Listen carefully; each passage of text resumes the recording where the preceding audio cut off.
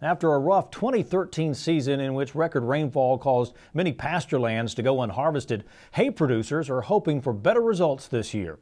In order to get the latest information and outlooks for the upcoming season, farmers gathered in Watkinsville recently for the annual Southeast Hay Convention hosted by the University of Georgia.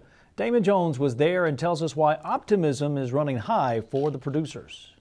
Producers from as far east as Virginia and as far west as Arkansas paid a visit to the annual Southeast Hay Convention in Watkinsville to get an update on the industry as well as share ideas with other farmers. And the news was good for those in attendance as the outlook for the upcoming season is very optimistic thanks to a number of different factors. Fertility prices seem to be working in our favor this year, and the longer term actually looks fairly positive on that front too. The climate is shaping up for this summer to be a pretty good season, much better than last year's challenging year. And then the third thing is that the market is really primed, I think, for a reward for nutritive value now. While a variety of techniques and growing options were discussed, there is one simple rule that needs to be remembered to produce the highest quality forage possible. Well, the most important, of course, is forage maturity and cutting at the right time and making sure it's not overly mature. And last year we just could not do that because of all the rains that we had. And I think this year, the weather being hopefully a little bit more positive and not such an extreme event as what we had last year, I think hopefully our producers will be able to do a better job of that. Because of the record amount of rainfall last season, cuttings were delayed by weeks as producers were unable to get their equipment out into the fields.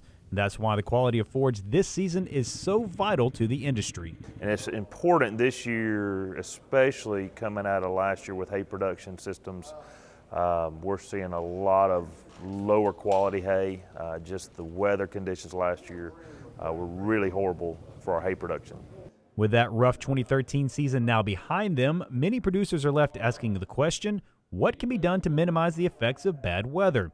That was one of the many topics discussed at this year's event. One of the great tools, I think, that particularly if you're using it on your own farm, to look at a way to insulate yourself from weather-related risk is baled silage. We saw a great increase of the use of that last year. It fits in certain situations, not in others, but baleage is definitely an option I think we in the Southeast need to take a harder look at. As evident by the rising prices, the number of cattle is way down this year, but despite not having as many mouths to feed, the producers shouldn't be worried. In fact, they should be encouraged as quality will be much more valued this season.